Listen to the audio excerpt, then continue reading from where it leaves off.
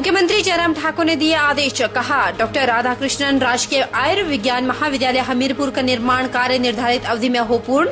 आयुर्विज्ञान महाविद्यालय के निर्मित हो जाने से क्षेत्र की जनता को उपलब्ध होगी अत्याधुनिक स्वास्थ्य सेवाएं।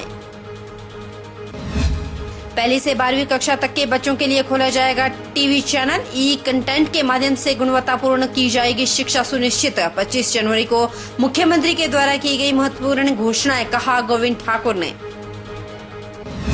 एसआईयू टीम ने नालागढ़ के दत्तोवाल में युवक से 30.20 ग्राम चिट्टा किया बरामद। जिला पुलिस बद्दी की एसआईयू टीम आए दिन पकड़ रही अवैध नशे के कारोबारी। पुलिस ने युवक को किया गिरफ्तार, जांच शुरू। और हिमाचल के ऊंचाई वाले क्षेत्रों में फिर बिछ रही बर्फ की श्वेत चादर। निचले क्षेत्र में बारिश और शीतलहर की चपेट में। ठंड से बचने के लिए लोग आग का ले रहे सहारा। बर्फ के बीच फंसे बेसहारा पशु ठंड में लाचार, कई सड़कें अवरुद्ध। नमस्कार, स्वागत है आपका एचपी 24/7 में। मैं हूं आपके साथ परेश शर्मा। शुरुआत करते हैं सूबे की मुखिया से। मुख्यमंत्री जयराम ठाकुर ने आज हमीरपुर में डॉक्टर राधाकृष्णन राजकीय आयुर्विज्ञान महाविद्यालय के निर्माण स्थल का दौरा किया और संबंधित अधिकारियों को इस महत्वाकांक्षी परियोजना को समयबद्ध पूर्ण करने के आदेश जारी किए। इसके उपरांत स्थानीय पत्रकारों से अनौपचारिक बातचीत करते हुए जयराम ठाकुर ने कहा कि 250 बिस्तर क्षमता के इस आयुर्विज्ञान महाविद्यालय एवं अस्पताल के इसी वर्ष अगस्त माह तक तैयार करने का लक्ष्य निर्धारित किया गया है। उन्होंने कहा कि इस आयुर्विज्ञान महाविद्यालय के निर्मित हो जाने से क्षेत्र की जनता को अत्याधुनिक स्वास्थ्य सेवाएं उपलब्ध होंगी। मुख्यमंत्री ने कहा कि प्रदेश में नाहन, चंबा और हमीरपुर में 3 आयुर्विज्ञान महाविद्यालयों का कार्य तीव्र गति से जारी है और इन्हें इसी वर्ष सितंबर माह तक पूर्ण करने के प्रयास किए जा रहे हैं।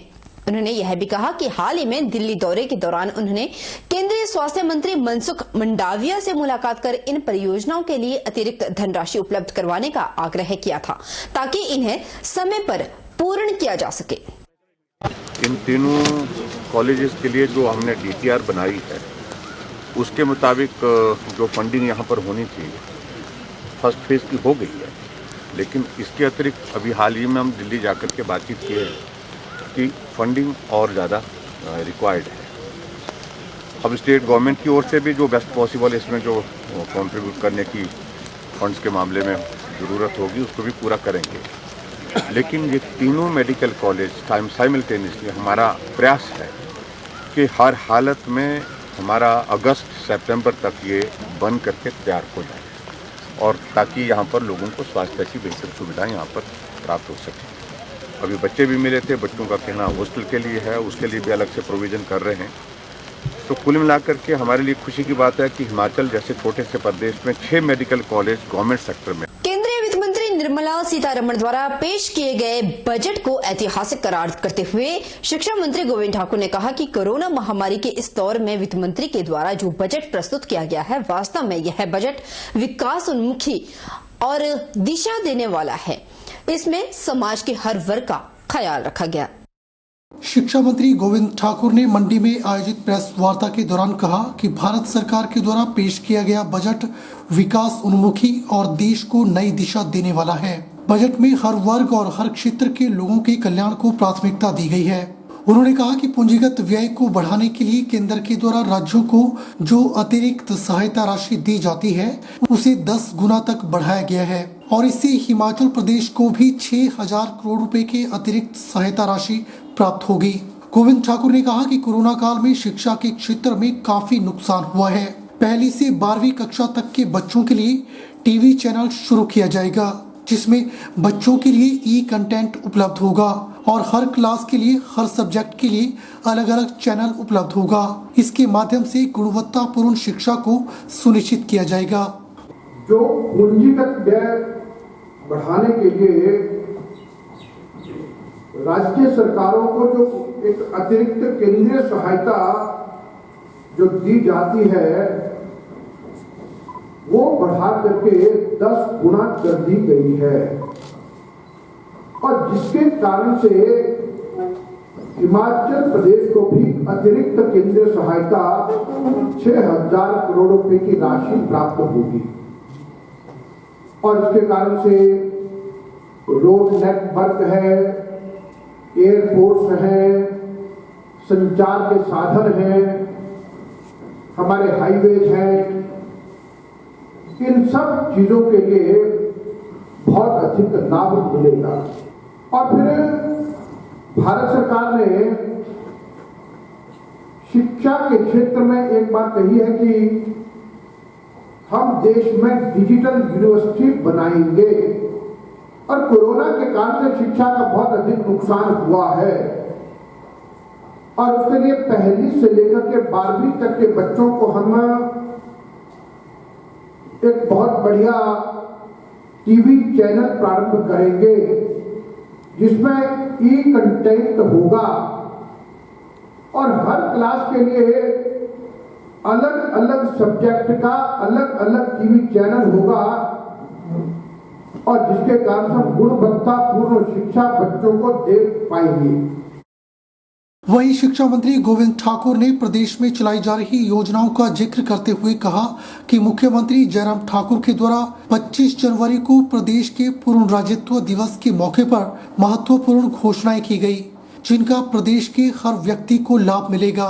60 यूनिट तक बिजली प्रदेश की जनता को मुफ्त दी जाएगी, उसका कोई बिल नहीं आएगा और 60 यूनिट से 125 यूनिट तक केवल 1 रुपए प्रति यूनिट के हिसाब से चार्ज किया जाएगा। प्रदेश के किसानों और बागवानों के लिए भी विद्युत शुल्क को कम किया गया है। उन्होंने कहा कि 60 यूनिट तक जो बिजली है उसका कोई बिल नहीं आएगा, बिल्कुल मुफ्त दी जाएगी। और आगे बढ़कर उन्होंने कहा कि 60 यूनिट से 125 यूनिट तक केवल मात्र 1 रुपया लिया जाएगा और जिसमें से कि पहले 1 रुपये 90 पैसे लिया जाता था। और फिर यह भी कहा कि प्रदेश के किसान और बागवान को राहत देने के लिए पहले जो हमारा विद्युत शुल्क था उसको 50 पैसे से घटा करके 30 पैसे यूनिट किया गया है, जिसके कारण से किसानों को विशेष तौर पर लाभ मिलेगा। उधर ऊर्जा मंत्री सुखराम चौधरी ने कहा कि प्रदेश में बिजली की दरों में की गई कटौती सरकार का एक ऐतिहासिक फैसला है, जिसका प्रदेश में लाखों उपभोक्ताओं को लाभ मिलेगा। ऊर्जा मंत्री सुखराम चौधरी नाहन में आज पत्रकारों से बातचीत कर रहे थे। ऊर्जा मंत्री ने कहा कि प्रदेश के 0 से 60 यूनिट बिजली की खपत करने वाले उपभोक्ताओं को बिजली के बिल का भुगतान नहीं करना होगा। इन उपभोक्ताओं को मीटर रेंट के साथ साथ सर्विस चार्ज भी नहीं देना होगा। इस पर प्रदेश सरकार 60 करोड़ रुपए वहन करेगी और प्रदेश के 4,40,000 उपभोक्ताओं को इसका लाभ मिलेगा। इसके अलावा 61 से 125 यूनिट खर्च करने वाले उपभोक्ताओं को 55 पैसे प्रति यूनिट छूट दी गई है, जिस पर प्रदेश सरकार 70 करोड़ खर्च कर प्रदेश के 7 लाख उपभोक्ताओं को लाभ पहुंचाएगी। यही नहीं, प्रदेश के 38,000 ट्यूबवेल का इस्तेमाल करने वाले किसानों को भी बिजली की दरों में कटौती से करोड़ों का लाभ मिलेगा। आदरणीय जयराम ठाकुर जी ने 25 जनवरी को एक ऐतिहासिक निर्णय हिमाचल प्रदेश के बिजली जो उपभोक्ता उनके लिए लिया है। 0 से 60 यूनिट बिजली खपत करने पर उपभोक्ताओं का 0 बिल आएगा। उसमें मीटर रेंट, सर्विस रेंट भी हिमाचल प्रदेश की सरकार वहन करेगी। 60 करोड़ रुपए इस पे मिलेगा। 4,40,000 कंज्यूमर इसमें कवर होंगे।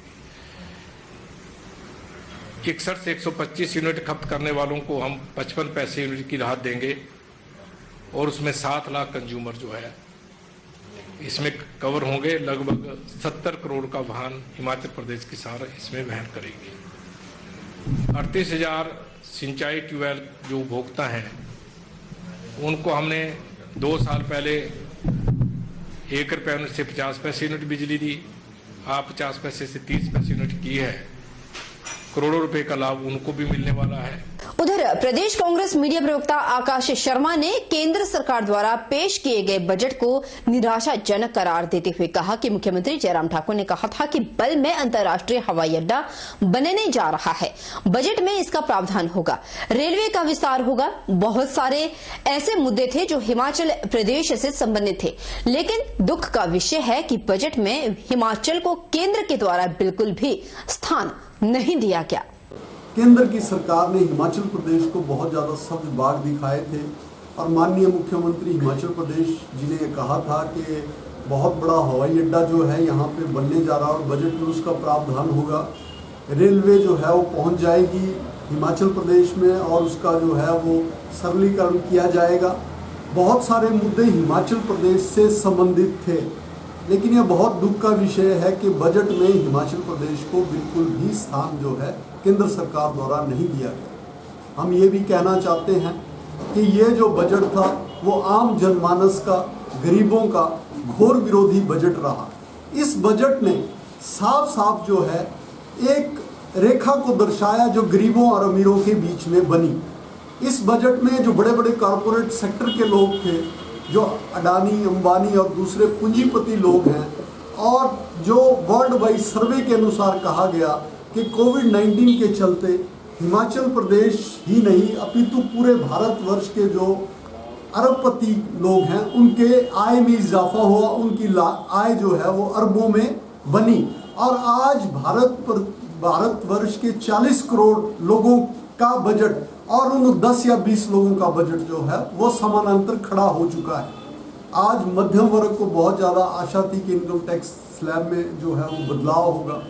एक आम व्यक्ति जो बड़ी मुश्किल से अपने परिवार का गुजर बसर करता है उसको कुछ सुविधाएं जो है वो बजट में प्रदान की जाएंगी, लेकिन बजट में ऐसा कुछ ही नहीं था।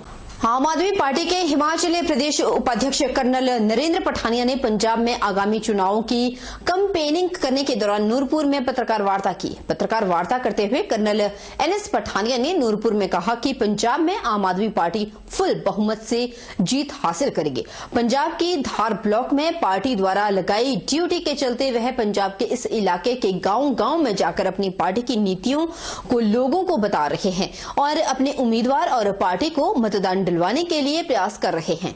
हिमाचल प्रदेश उपाध्यक्ष कर्नल नरेंद्र पठानिया ने कहा कि आम आदमी पार्टी के सारे ही हिंदुस्तान में बहुत अच्छा माहौल बना हुआ है। लोग ही गुलामी की तरह जीते हैं। जो लोग गुलामी की तरह जी रहे हैं और मजबूरी कभी भाजपा कभी कांग्रेस को वोट देना पड़ता था, अब उनके पास थर्ड फ्रंट की सहूलियत हो गई है। वह इसको बेहतरीन चांस समझ रहे हैं। पंजाब से उन्हें पूरी उम्मीद है कि पार्टी फुल बहुमत से जीतेगी। आम आदमी पार्टी का सारे ही हिंदुस्तान में बड़ा अच्छा माहौल बना हुआ है। लोग जो कि गुलामी की तरह जीते हैं कि मुझे मजबूरी में बीजेपी को वोट डालना पड़ेगा, कांग्रेस को वोट डालना पड़ेगा, फिर मेरे को वापस उनको बदली करना पड़ेगी, वो उनको अभी एक सहूलत मिल गई है थर्ड फ्रंट की और वो इसको बेस्ट चॉइस समझ रहे हैं। और पंजाब के बीच में हमें पूरी उम्मीद है कि ये मेजोरिटी से भी 20-25 सीटें जो है ज़्यादा ले जाएगी। यहाँ तक मेरा प्रश्न है, मैं तो शुरू से ही 2012 से ही दिल्ली में भी काम करता रहा हूँ, पंजाब के इलेक्शंस में भी काम करता रहा हूँ। जहाँ तक पार्टी के लिए मुझे यहाँ पे भी मौका मिलता है सेवा करने का, मैं वहाँ पे जाता हूँ, अपनी टीम को लेके जाता हूँ। अभी भी आज हमें पंजाब के लिए जो सुजानपुर कंस्टिट्यूंसी है, जो कि हमारे ही गाँव के सामने से अपना धार ब्लॉक आ जाता है, जिसमें जंजेरा, गनेरा और ये डैम का एरिया आता है, वो अभी उसकी रिस्पॉन्सिबिलिटी मुझे मिली है। हिमाचल के कर्मचारियों को पंजाब की तर्ज पर छठा वेतन मान दिया जाए, यह शब्द CNV अध्यापक संघ जिला अध्यक्ष गुरदयाल सिंह कौंडल ने वीरवार को बैजनाथ में पत्रकारों से बातचीत करते हुए कहा। उन्होंने कहा कि राज्य के CNV अध्यापक संघ जिला कांगड़ा अध्यक्ष और समस्त कार्यकारिणी हिमाचल प्रदेश के मुख्यमंत्री जयराम ठाकुर और शिक्षा मंत्री गोविंद ठाकुर का छठे वेतनमान की सिफारिशों को लागू करने के लिए CNV अध्यापक संघ धन्यवाद और आभार प्रकट करता है। संघ मांग करता है कि हिमाचल प्रदेश के समस्त कर्मचारियों का वेतन निर्धारण पंजाब वेतनमान आयोग की तर्ज पर करें, ताकि किसी भी प्रकार की वेतन विसंगति न रहे। मैं हिमाचल प्रदेश के यशस्वी मुख्यमंत्री जयराम ठाकुर जी, हिमाचल सरकार का छठे वेतनमान की सिफारिशों को लागू करने के लिए धन्यवाद करता हूं, पर साथ में राज्य सीएनडी छात्र संघ मांग करता है कि हिमाचल प्रदेश के कर्मचारियों को केवल पंजाब की तर्ज पर वेतनमान दिया जाए।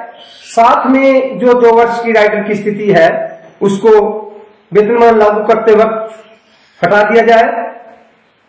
वेतनमान लागू करते समय उच्चतर पे ग्रेड जो हमारा 3200 से हम चले गए हैं 3600 3400, उसको ना करके जो है 4400 रुपये हमारे को जो है उसके अनुसार हमारे को वेतनमान में एडजस्ट किया जाए। टाइम स्केल 4-9-14 का जो है हमारा उसको भी यथावत रखा जाए। उधर नागरिक अस्पताल ज्वालामुखी में चिकित्सकों, कर्मियों, मरीज और परिजन व महिलाओं की सुरक्षा के लिए अब निजी सिक्योरिटी गार्ड तैनात किए गए हैं। सीएमओ धर्मशाला की गाइडलाइन पर अब नई व्यवस्था ज्वालामुखी अस्पताल में की गई है। अब निजी सुरक्षा कर्मी अस्पताल की गतिविधियों पर नजर रखेंगे। अस्पताल प्रबंधन की ओर से 13 सुरक्षा गार्ड रखे गए हैं, जिनमें 11 पुरुष और 2 महिलाएं हैं। इन सभी के ऊपर एक सुपरवाइजर भी तैनात है। अस्पताल में महिलाओं की सुविधा व सुरक्षा के लिए महिला सुरक्षा कर्मी भी तैनात रहेंगे।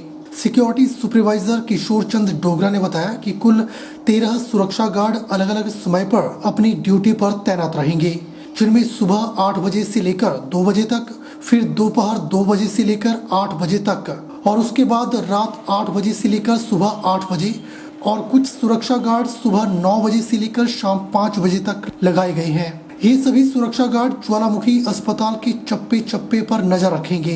पार्किंग क्षेत्र, ओपीडी, ओटी वार्ड में ये सभी सुरक्षा गार्ड तैनात रहेंगे।